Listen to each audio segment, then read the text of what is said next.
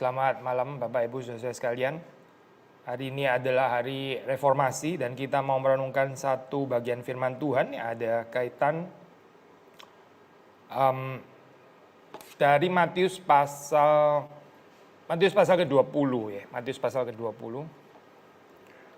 Satu cerita yang sebetulnya cukup terkenal. Kita membaca dari ayat yang pertama sampai dengan ayat yang ke-16 ya. 1 sampai 16.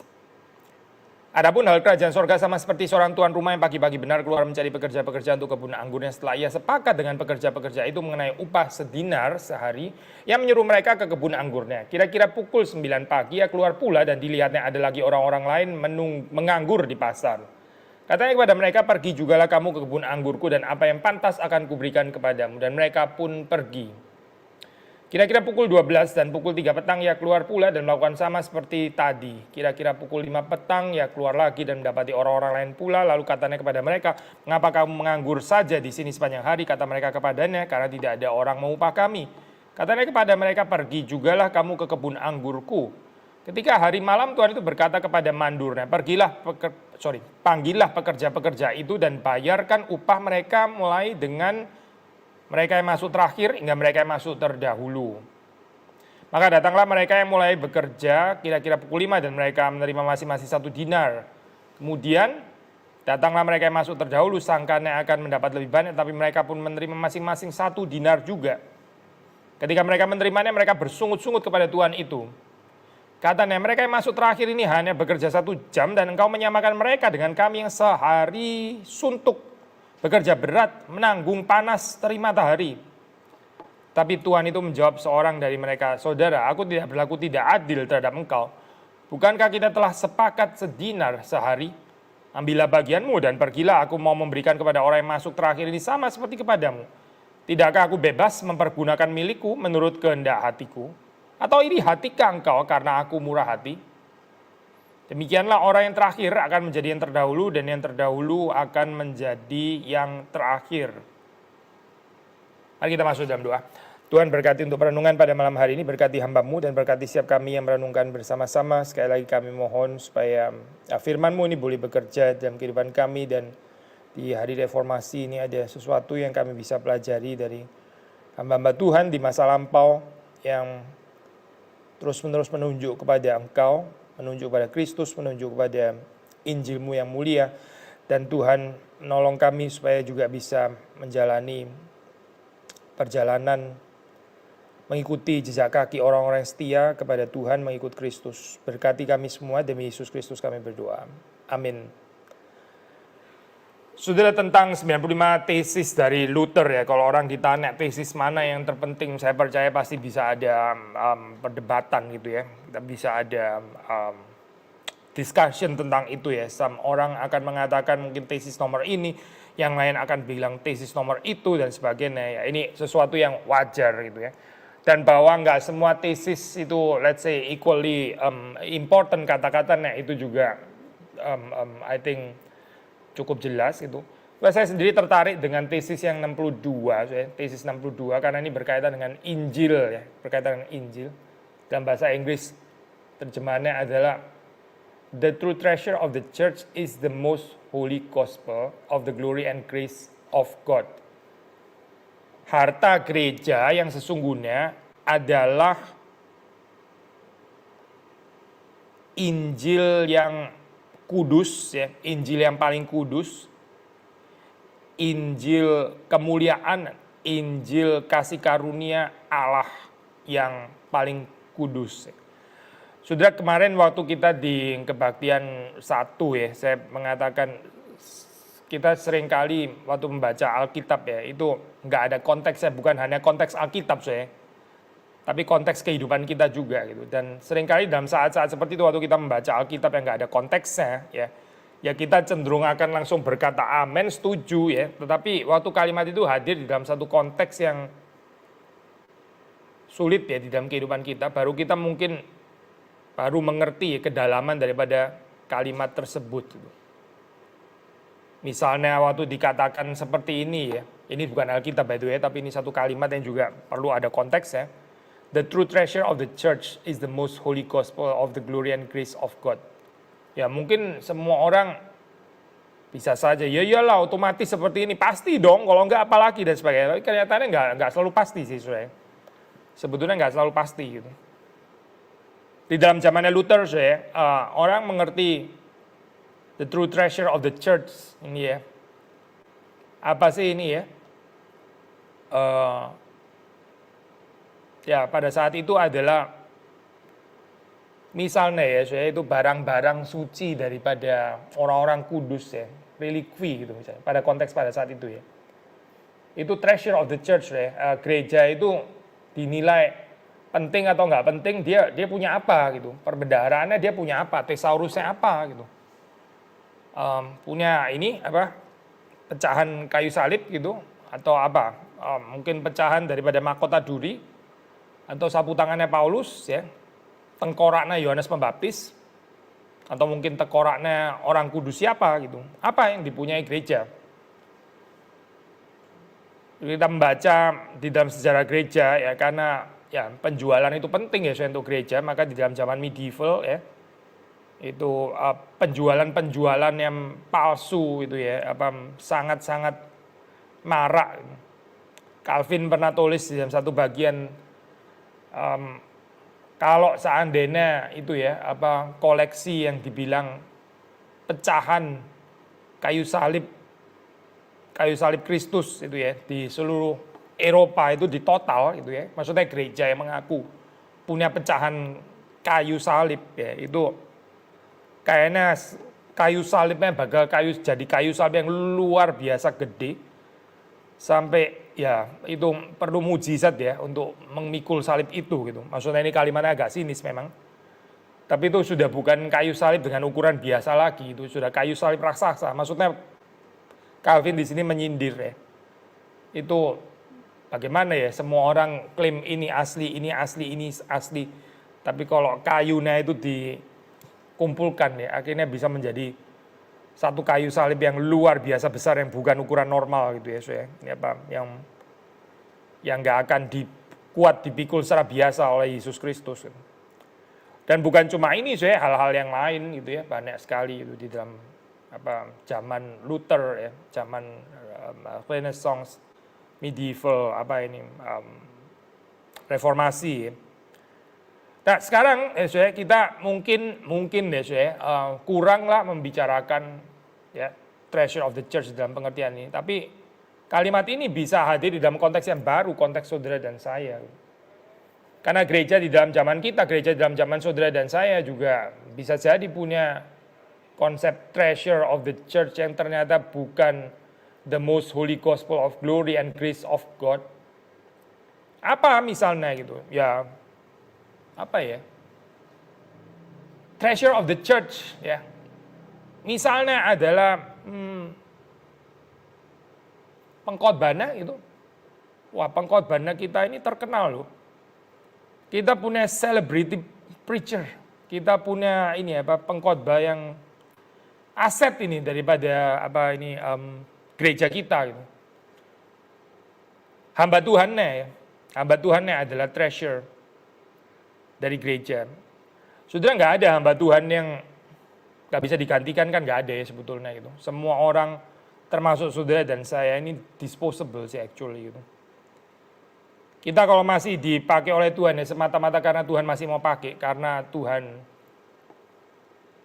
melayakkan kita ya, bukan karena kita berharga pada diri kita sendiri, apalagi being the true treasure of the church ya. Omong kosong lah saya ini gitu. So, ya tesis 62 bisa hadir di dalam konteks yang lain. Atau mungkin bukan pengkhotbahnya kali ya, bukan hamba Tuhannya gitu. Donatur misalnya, donatur. The treasure of the church adalah donaturnya. Gitu. Orang-orang kaya yang ada di dalam gereja, that is the treasure of the church. Karena kalau nggak ada donatur, nggak ada orang-orang kaya ini, wah bisa repot gereja. Kan pekerjaan Tuhan perlu uang, uangnya dari mana? Ya dari orang-orang ini, dari mereka ini adalah the treasure of the church yang harus dihargai. Perasaannya, mukanya, dan sebagainya kita mesti jaga. Jangan sembarangan menegur dosanya, karena itu bahaya gitu. What is the treasure of the church di sini ya? Balik lagi ya, manusia. Atau mungkin variasi lain kali ya, the treasure of the church. Enggak. Kita mah bukan memegahkan manusia. Tapi the treasure of the church apa? Mungkin bangunannya, ya, mungkin kas gerejanya gitu. Mirip-mirip sih ya. Tapi saudara melihat ya, even di dalam zaman kita pun ya, treasure of the church bisa bergeser menjadi sesuatu yang lain. Soalnya kalau kita melihat di dalam gambaran seperti ini, kita jadi bisa menghargai sesuatu yang lain lebih daripada Injil, lebih daripada pribadi Kristus ya. Lalu itu digantikan dengan sesuatu yang lain. So, tesis 62 ini sudah 500 tahun lebih ya, tapi masih bisa relevan di dalam konteks saudara dan saya gitu, karena somehow ya, konsep treasure itu apa sih, thesaurus ini ya, apa yang dianggap berharga gitu. Gereja punya sesuatu yang dianggap paling berharga apa gitu. Ya, saudara dan saya mesti bisa jawab ya. Society kita ya juga punya treasure apa yang dianggap paling berharga, even di dalam katakanlah kehidupan keluarga ya. Saudara bisa tanya juga gitu, dalam keluarga saudara, dalam keluarga saya tanya kepada diri sendiri juga, saudara tanya kepada diri saudara gitu. Apa ya the true treasure of your family? Apa sih true treasure? Saudara sebagai pemimpin keluarga gitu misalnya, ya saya pasti the true treasure of my family, saya yang paling penting kan, saya kan pemimpin ya, saya kan ini kepala keluarganya. Atau anak misalnya, anak saya kayaknya gitu ya. Bisa nggak ngomongin the true treasure of my family still the most holy gospel of the glory and grace of God? Bisa nggak? Soalnya kita ngomong kalimat ini ya. Yang paling berharga di dalam keluarga saya, ya tetap bagaimanapun adalah Injil. Injil yang dihidupi, yang diaplikasikan di dalam kehidupan berkeluarga. Bisa nggak soalnya kita bilang kalimat ini ya? Atau kita punya treasure yang lain? Again, tesis 62 ini kedengeran kuno gitu ya. Masih bicara kayak begini, tahun kapan? Kita perlu teologi modern, kita perlu teologi postmodern, kita perlu teologi yang canggih, teologi yang updated, mutakhir dan sebagainya.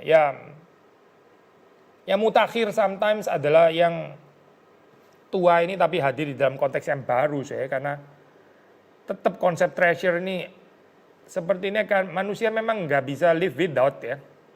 Benar dong, sudah kita ada aksiologi kan di dalam kehidupan, kita ada apa yang dinilai berharga kan, pasti itu. Lalu apa yang berharga di dalam kehidupan saudara dan saya?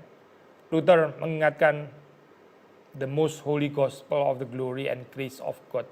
Bukan yang lain, bukan saudara dan saya. Bukan orang-orang penting di dalam gereja, bukan gedungnya, bukan uangnya, bukan. Tetapi Injil. Hati-hati ya, geser dari Injil. Hati-hati. Kemudian di dalam tesis yang ke-63, nah ini yang tadi kita baca dari Matius ya. But this treasure is naturally most odious, verhasst, bahasa Jermannya ya. Tetapi harta ini ya secara alamiah itu menjengkelkan ya, nggak menyenangkan, menyebalkan. For it makes the first to be last, karena ini menjadikan yang pertama jadi terakhir. Matius 20 ayat 16 ya. Meaning Injil itu ada kuasa motif penjungkir balikan itu. Ya ini waktu dikatakan the true treasure of the church apa? Misalnya ya itu tadi ya, gereja kita ini luar biasa loh. Kenapa? Iya kita punya potongan kayu salibnya Yesus. Kita punya tengkoraknya Petrus misalnya gitu ya. Kita punya sapu tangannya Paulus atau apa gitu. The true treasure of our church. Nggak ada loh ini di tempat lain. Cuma kita yang ada dan sebagainya ya. Nah itu waktu Injil itu hadir ya dia akan menjungkir balikan itu ya. Gereja yang memegahkan hal-hal yang bukan the true treasure itu akan digeser menjadi yang terakhir. Saudara mengerti ya maksudnya ya. Saudara dan saya kalau kita memegahkan yang keliru ya, memegahkan sesuatu yang salah, yang sebetulnya bukan the true treasure, tapi kita anggap itu treasure, ini adalah aset paling utama gitu ya. Akhirnya saudara dan saya yang digeser, bukan Injil yang digeser. Oh tidak, Injil nggak akan digeser. Bukan Kristus yang akan digeser, enggak. Saudara dan saya yang akan digeser, gereja saudara dan saya yang akan digeser. Jadi nggak penting lagi. Kenapa Ya karena nggak mementingkan Injil, karena mementingkan treasure yang lain. Yang dijunjung tinggi adalah treasure yang lain dan bukan the most holy gospel of the glory and grace of God. Ada sesuatu yang lain kayaknya di sini yang dijunjung tinggi. Gitu. Maka waktu Luther mengutip ini ya, Matius 20 ayat 16 ya, mungkin dia nggak mengutipnya secara ketepatan, akurasi, biblical theology gitu ya. Orang-orang kok biblical theologian kan selalu mempersoalkan ini sudah ya. Kutipnya apa, konteksnya apa gitu ya. Sebetulnya konteks biblical theology ini apa, dipakai untuk apa gitu kan ya. Main kutip saja gitu ya, termasuk Martin Luther mungkin. Saudara mendapati seperti ini sebetulnya bukan cuma di dalam Luther sih, Thomas Aquinas, Calvin dan banyak juga yang lain. Saya nggak mau terlalu polemikal saya di dalam hal ini, maksudnya pedantik di dalam keketatan pengutipan kitab suci secara konteks dan sebagainya ya. Dan juga bukan karena dia Martin Luther maka kita oke-oke saja, bukan saya. Tapi ini ada satu kebiasaan yang I think kita perlu mengerti ya. Waktu dia mengutip itu ya, memang di sini di dalam tesis 62, 63, 64 di mana sih Luther ada bahas eksposisi yang ada kaitannya dengan pekerja-pekerja atau orang-orang upahan di kebun anggur ini. Kayaknya nggak ada sambungannya sama sekali gitu deh misalnya. Ya justru memang kalimat itu yang perlu kita pertanyakan gitu ya. Betul nggak sih nggak ada sambungannya sama sekali gitu? Ada nggak sih semasian kaitannya itu? Atau ini just pokoknya kutip satu ayat saja, comot satu ayat pokoknya untuk mengatakan, just simply untuk dapat kalimat yang pertama adalah yang terakhir gitu, cuma itu toh.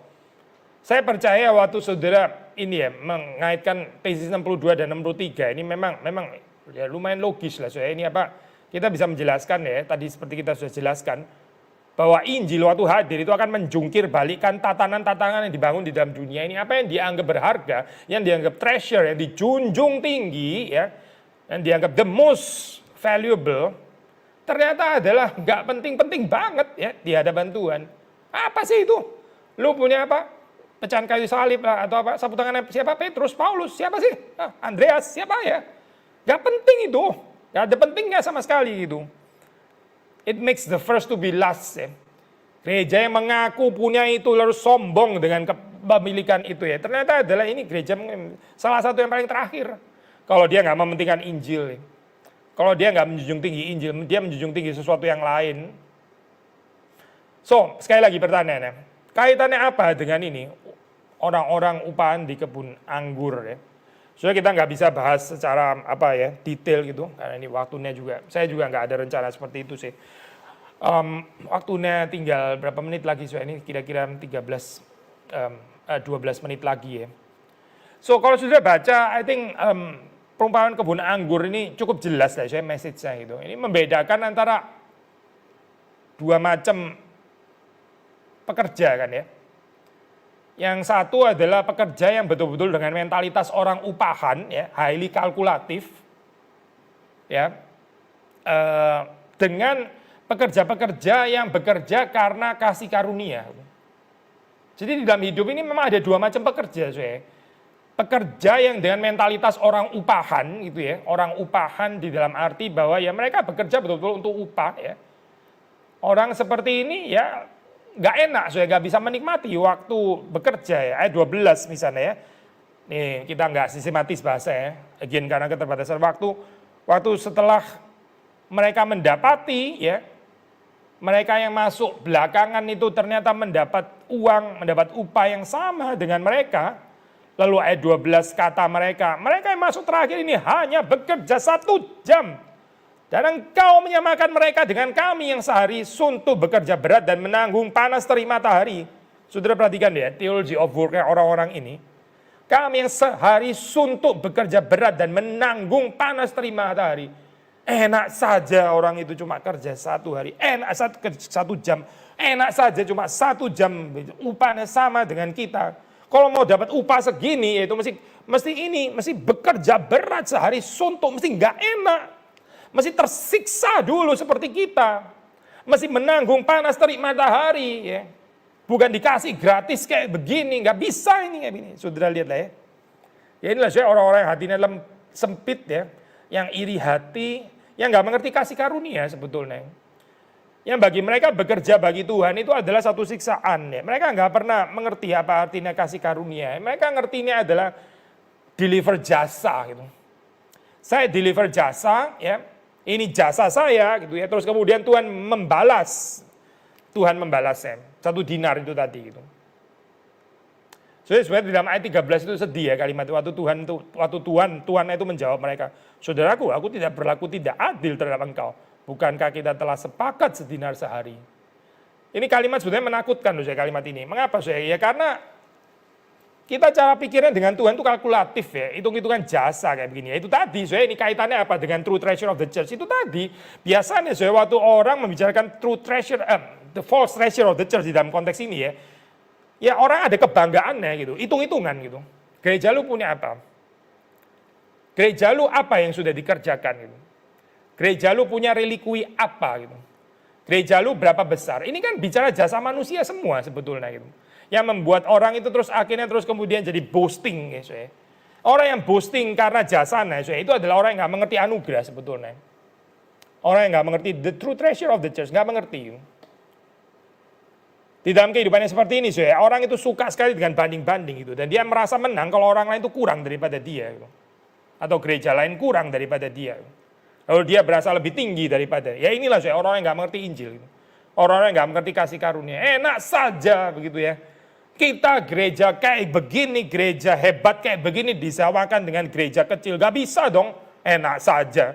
Kita sudah repot loh ini ya, waktu jadikan gereja bisa besar seperti ini ada torture-nya tersendiri. Lalu mereka begitu saja bisa dapat yang sama dari Tuhan. Gak bisa dong gini.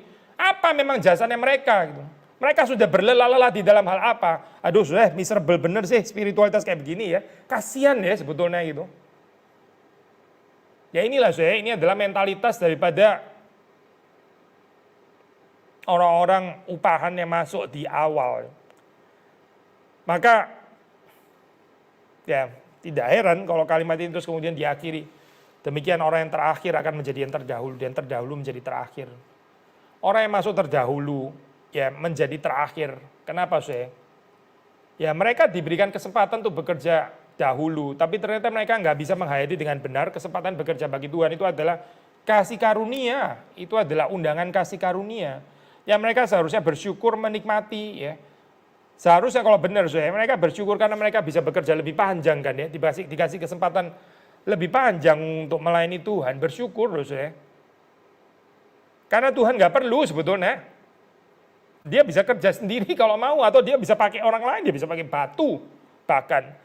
Tapi the fact bahwa saudara dan saya ya diberikan kesempatan untuk melayani Tuhan, ini kan berarti berkat, ini kan berarti blessing, ini kan privilege, ini kan hak istimewa yang diberikan kepada kita ya. Padahal Tuhan nggak perlu banget sih kita, tapi nggak dihayati seperti itu ya Dihayatinya malah jadi sombong, lihatlah saya yang masuk duluan ya, senior syndrome. Lalu terus kemudian orang-orang yang kena senior syndrome ini ini nggak bisa melihat bahwa ada orang-orang yang lebih junior ya, yang ternyata juga bisa diberkati oleh Tuhan gitu. Nggak bisa lihat bagian ini, gelisah sekali gitu ya. Dan mereka mau selalu karena mereka senior ya, karena mereka terdahulu, mereka selalu Tuhan harus memperlakukan mereka lebih gitu. Dalam satu komentar ini ada kalimat yang menarik ya saya coba kutip ya di sini ya. Arti Franz, the blessing of eternal life is the same for all. Berkat kehidupan kekal itu sama untuk semua orang. Nah, menurut kalimat ini ya some are not more safe than others. Gak ada itu, ada sebagian orang yang lebih diselamatkan daripada yang, apa sih maksudnya lebih diselamatkan daripada yang lain itu apa ya? Sebagian orang ini lebih masuk surga daripada yang gak terlalu masuk. Maksudnya apa ya kalimat ini ya? Lebih masuk surga, gak terlalu masuk surga. Maksudnya apa ya? Gak ada kan? Kategori itu gak ada di dalam Alkitab. Lebih diselamatkan daripada yang lain. Yang lainnya lumayan diselamatkan atau rada-rada diselamatkan. Rada-rada diselamatkan itu apa ya maksudnya gitu? Kan gak ada memang di dalam Alkitab itu. Some are not more safe than others ya. Tetapi di dalam dunia yang hitung-hitungan jasa ya, jasa manusia di dalam dunia yang hitung-hitungan metaphorical ya hitung-hitungan relikui ya, hitung-hitungan the false church of the church, the false treasure the false treasure of the church, yang hitung-hitungan ini ya. Jadi ada konsep kayak gini ya, lebih diselamatkan gitu ya, lebih hidup kekal, yang ini rada-rada hidup gitu misalnya. Kok jadi ada ya gambaran kayak begini ya? Ya inilah saya, ini gambaran yang di-create oleh pekerja-pekerja yang nggak mengerti kasih karunia ini. Harus ada pembedaan, kita masuk dulu ya. Kalau mereka yang terakhir dikasih 1 dinar, ya kita harus dikali lipat berapa kali itu ya. Ini kita masuknya jam berapa?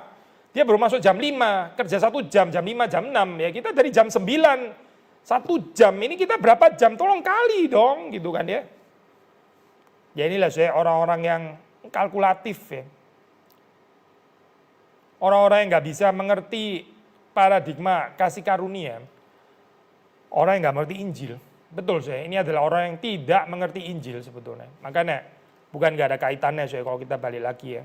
Luther mengutip Matius 20 ayat 16 ini ya. But this treasure is naturally most odious, for it makes the first to be last. The true treasure of the church, the most holy gospel.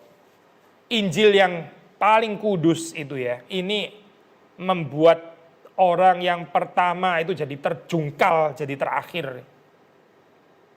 Gereja yang pertama terjungkal jadi yang terakhir.